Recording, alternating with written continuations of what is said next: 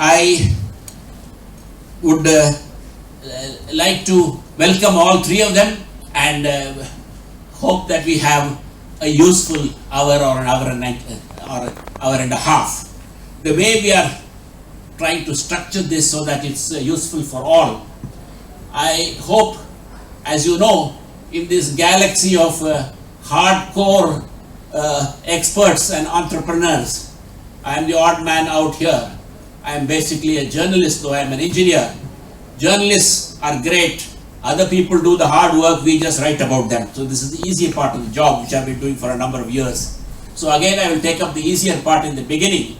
I will share a PowerPoint presentation which I have put together very quickly in about 10 minutes. Just to explain, to lay the background for what we are going to hear from these three very experienced gentlemen here on what today technology, what role technology plays in the travel and tourism business. Give me about 10 minutes to do that. Afterwards, each of these experts here have got their own insights. We will listen to all of them.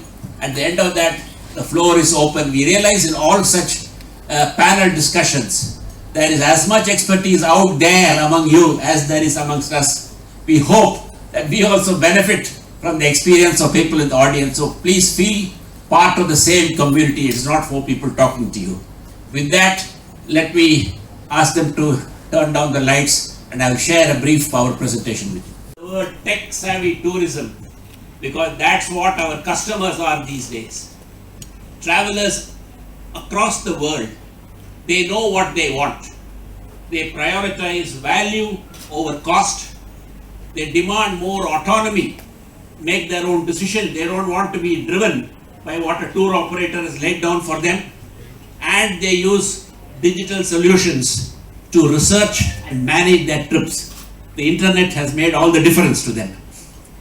Incidentally, at the bottom of many of these slides, I have given the source from where we drew this particular information.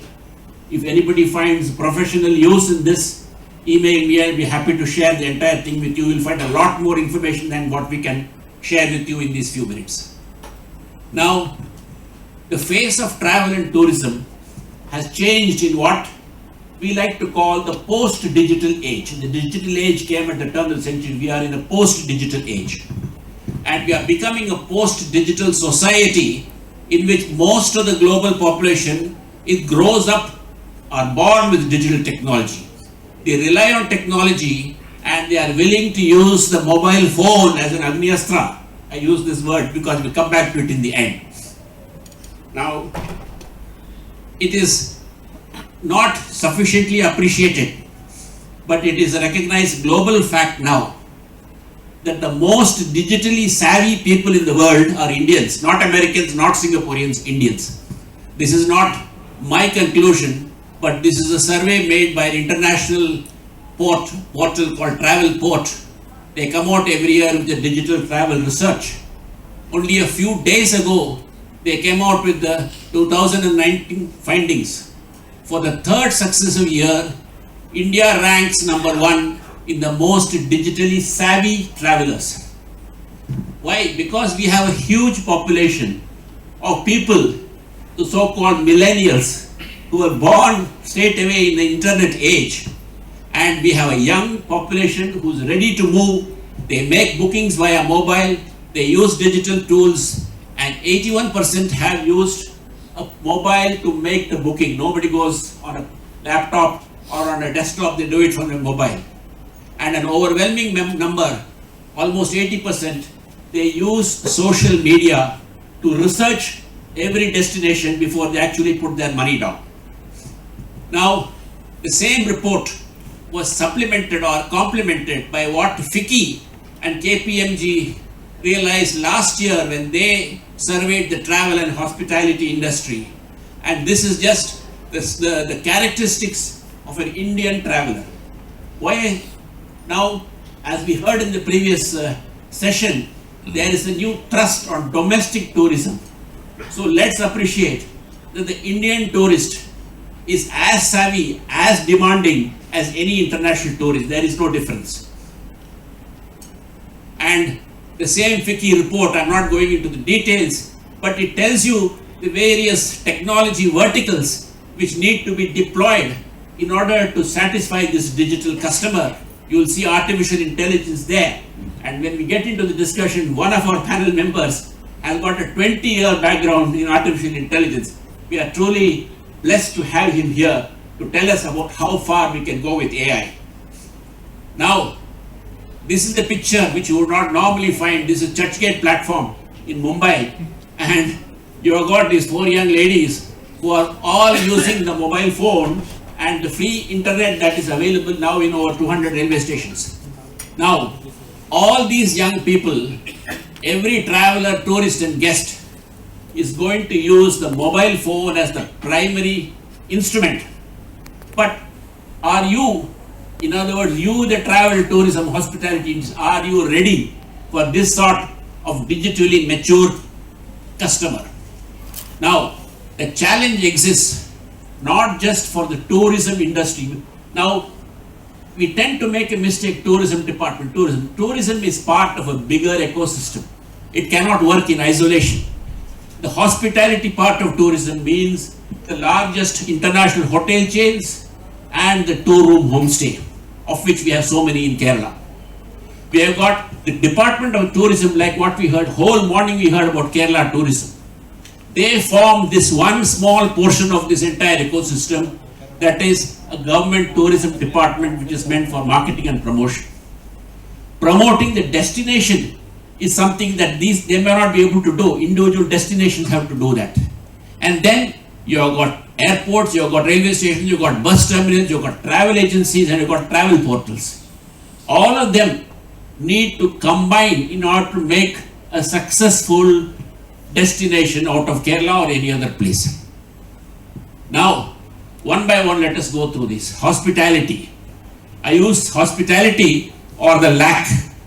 This is the sort of picture you see when a group of tourists from a conducted tour get out of the plane and go to the hotel. They have already traveled 7, 8, 12 hours in economy class or cattle class as they call it, and they have gone through the trauma of getting through security and entering the country, standing in a queue for immigration. They come to the hotel and stand in a long queue for 45 minutes to get their rooms. And even due to the best efforts of tour operators, this process is not shortened because people have got a security paranoia in every country. You need to know exactly who is coming. And this wait can be extremely frustrating. The very first experience of a country standing in a queue in a hotel that kills your appreciation of that destination. But does it need to happen? The rest, whatever I say today, is about the new technologies waiting to be harnessed to remove some of the pain points of tourism as we know it. Today, you can use your smartphone to open doors in hotels. You don't need a key, you don't need a plastic, which is a pass key, and you don't need to stand in a long queue, because as long as the hotel or the property knows these are the people coming and these are the people who are paid, if you have got a smartphone, they can send you the right to enter, or they can check you in even while you are on the road from the airport to the hotel. It will have, you will have that password right there on your phone. Walk straight to your room, show the mobile phone in front, and the door opens. This is not magic. This was started globally around 2014, but 1 year later, the Aloft Hotel in Bangalore, which is in the Cessna Tech Park, for those who know Bangalore, implemented the exact, that is the advantage of having global hotel chains. They roll out something in New York, and 6 weeks later, every Aloft hotel around the world has got it, including India.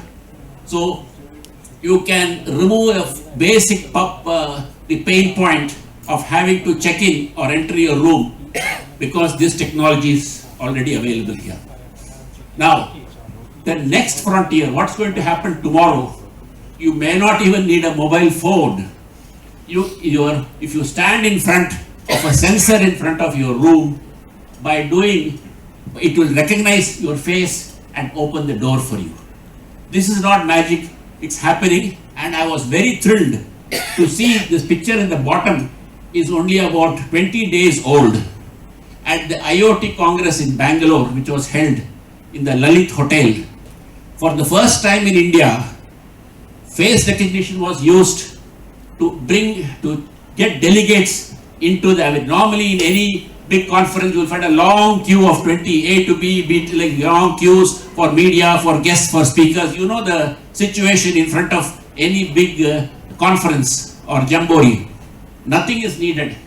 2 days before the conference, I got a mail. Please take a selfie and send your photograph. Those photographs is stored with my mobile number and with my credentials. The moment you go there, there are multiple gates like this. You just go and stand. In 15 seconds, it recognizes you and that barrier opens. I saw some 500 people entering the venue in about 2 to 3 minutes. This technology is here in India. It is from a German company, but it's made in Pondicherry. And from Pondicherry, it is being re-exported to European countries. So I just want to emphasize some of the cutting-edge technologies required by tourism are right here. If not invented in India, at least made in India. Now, the next level is not even to have somebody coming for room service. You have robots who come there. You have got robots in restaurants who actually come and serve meals. These are all pictures taken from international hotels. Again, I just want to emphasize that even here, Kerala is a leader. If you have seen this video, seen this clipping from Asianet, sorry, but those who are not seen, here is a hotel which is actually running in Kannur. അലീനയും ഹെലനും ജെയിനും തയ്യാറാണ്. Order ലഭിക്കുന്നതിനനുസരിച്ച് ഓരോ മേശയിലും ഇനി ഇവരാണ് ഭക്ഷണവുമായി എത്തുക. നേരത്തെ programme ചെയ്തു വെച്ച സെൻസറുകൾ അനുസരിച്ച് പ്രവർത്തിക്കുന്ന റോബോട്ടുകളാണിവർ. ഇനി ഭക്ഷണവുമായി പോകുന്നതിനിടെ വഴിയിൽ തടസ്സങ്ങളുണ്ടായാലോ?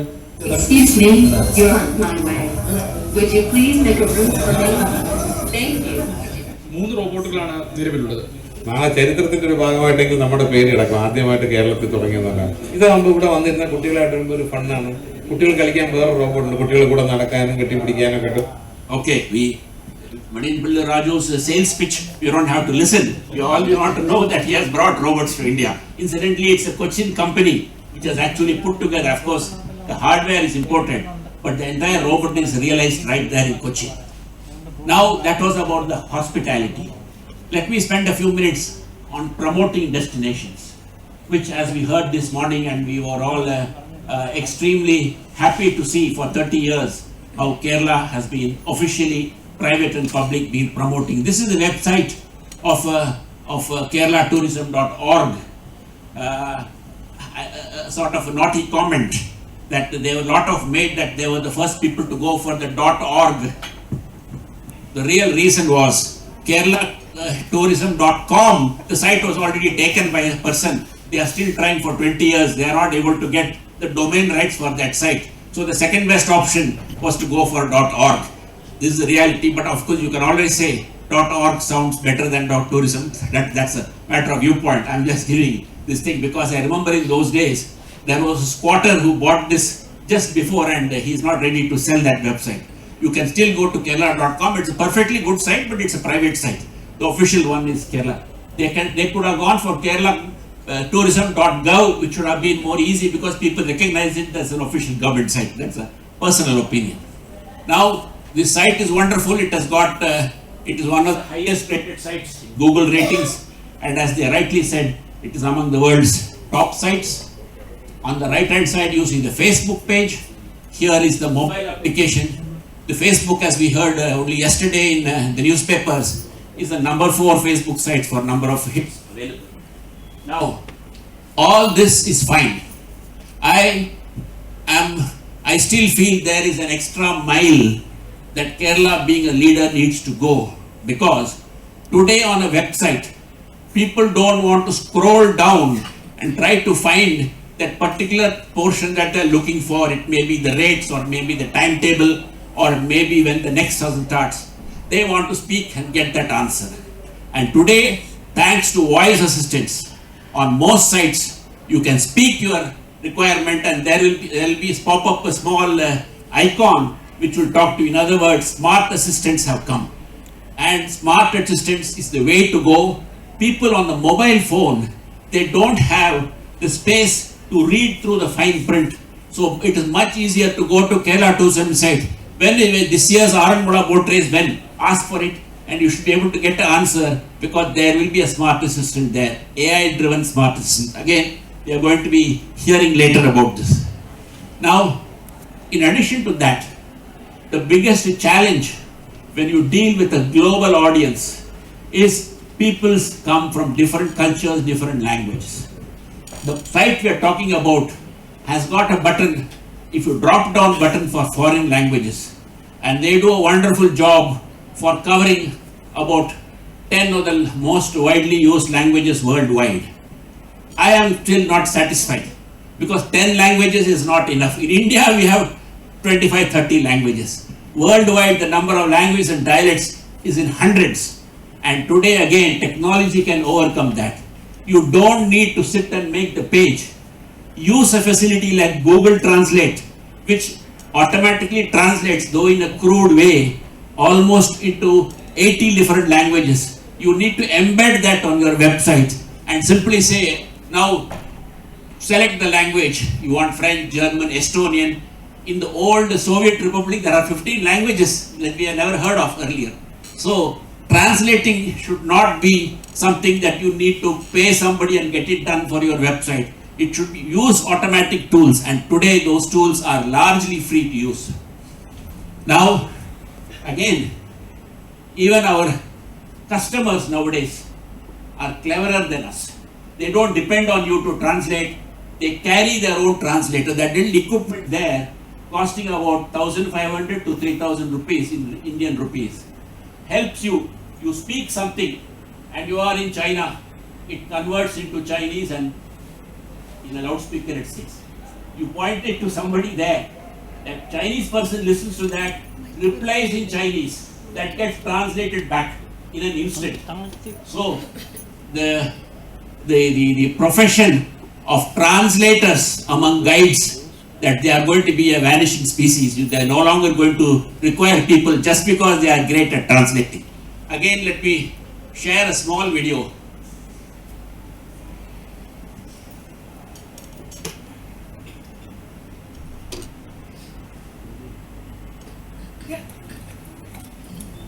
Excuse me.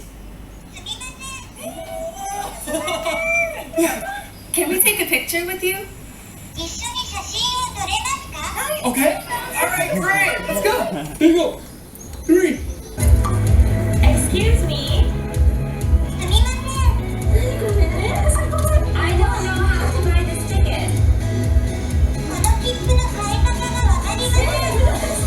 Yeah. Is there a karaoke near here?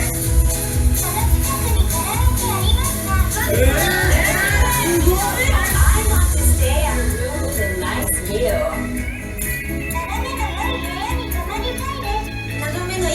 Right, I just stopped there because that is going to solve 80% of the translation problems in the front desk of a hotel in Cochin. If a Chinese or a Japanese guest comes, all you need is to place that translator right on your desk. You spend the money and that person is going to speak in his language and you can respond. So a major hurdle can be overcome by using, and I can tell you, you go to Amazon and just click there, translating devices, and you will get 100 devices there. The starting price is around 1,500.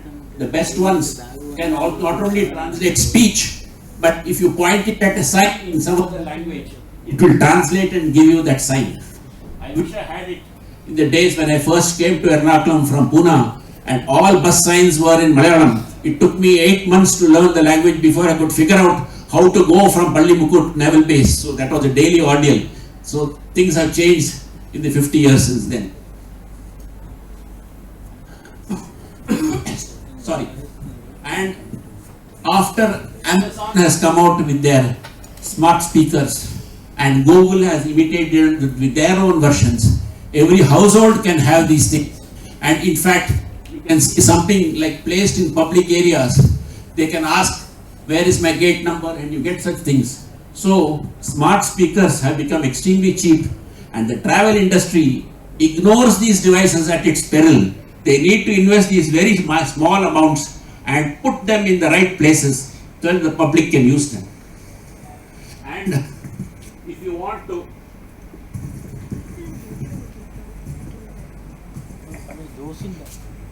want to design your own virtual assistants for your own website, as I told you in the case of travel, Infosys has spent a lot of time and money.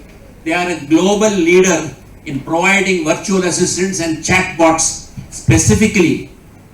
It's okay, no problem. Specifically for the travel industry. So all somebody needs to know is click down on their website. I have given the link there, and these things don't cost much money. And a company like Infosys sees a future in smart assistants for websites in multiple languages.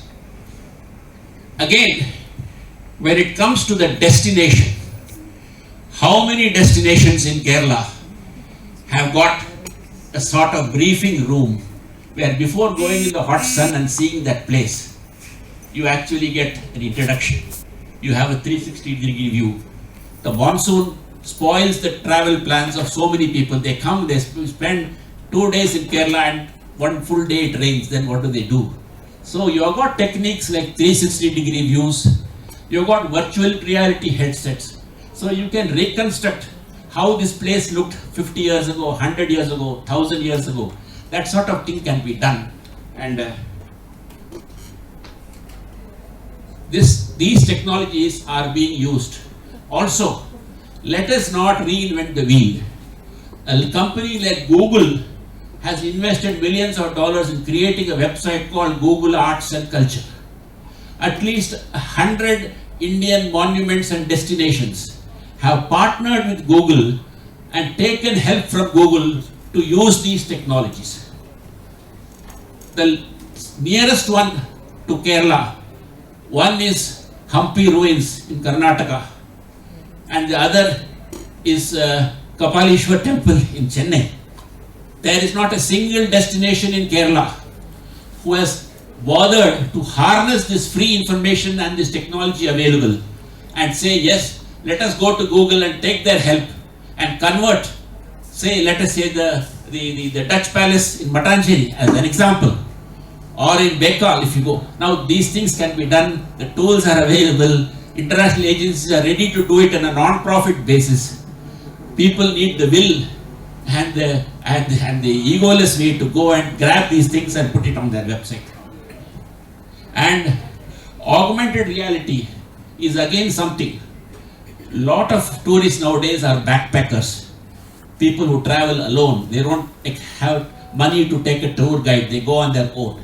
As they walk along the Jew street in Cochin, and if they are told left, right, what was there, this is the Jewish synagogue, that is the Dutch Palace, these are the old spice shops, they don't need a guide. But that software has to be made by an agency, and I suggest that Kerala tourism must be look in these forward directions and not wait for other private people to come and make money with these things. This is where the government should step in. For example, Ixigo, another well-known travel portal, did a free application for railways. Today, a train comes to your platform in Ernakulam platform, coming from Trivandrum, 5 minutes wait. You have to find your second AC compartment, you don't know where it is, rush and sit. With this app, you open the app and it will tell you your compartment is there, because they have only taken in Trivandrum the map of the train and inserted it into this app. Otherwise, you will save people rushing up and down the platform. I'm just saying these are how things are done.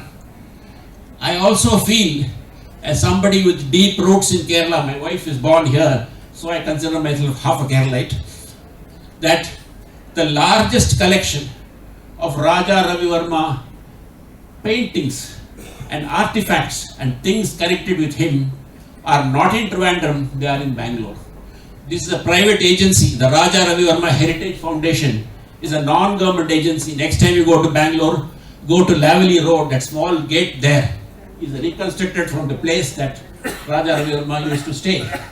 And what Google has done It has created an entire gallery online of the original places where the Raja used to stay and his house, how it looks like 3D reconstructions. Now, Raja Ravi Verma should have been a prime asset for Kerala to market in order to get artists to come here. Why are they losing that market and making people go to Bangalore in order to see this collection? Finally, the elephant in the room, social media. We know what to do, we go somewhere, we don't like the place, we write in TripAdvisor. That happens. So social media, I like to say, is something which can make us and can kill us. And let's be careful, the champion people who post social media are Indians. Again, this is a survey not done by an Indian company, it is Kayak, it's a travel agency. You can see how Indians by large they post more posts on the social media posts than Australia, Singapore, Korea, all these countries. In other words, they like something or dislike something, they are ready to say that. Which is why I like to think of social media like Urmi, which they use in Kalaripayat. Well used, you can kill your opponent, chop his head. If you don't use it properly, you chop your own legs. So it's an instrument that it has got a double-edged sword, and that is exactly what social media is. Finally, to conclude, we are dealing with a generation whose weapon and assistant is the mobile phone. Let's face it, for us the phone is now so powerful, we don't require anything for surfing, buying, selling, booking tickets, anything. So somebody has coined the phrase, they are not homo sapiens but phono sapiens. And there are companies who realized it a long time ago. I was not aware when I prepared this speech that one of the people on the podium is going to be from somebody from ClearTrip. A wonderful coincidence, because independently I looked through my own website and found that from 2012 ClearTrip was a pioneer in putting on a single mobile platform booking for flights, trains, hotels, destinations, everything. They started this a long time back because they realized that a new species called Phono sapiens is going to come. Finally, this is how the global travel and tourism industry is putting its money. It's putting 70% into mobile phone and mobile phone marketing. It is putting, some overlap will be there, some 65% put it in standard digital marketing. The rest of it they put in social media. And my final message therefore is, yes, you should do digital marketing, yes, you should do social media, but the Agniastra, the final weapon for this industry is the mobile phone. Realize that every single customer is having that phone and use that to increase and better your business. Thank you very much.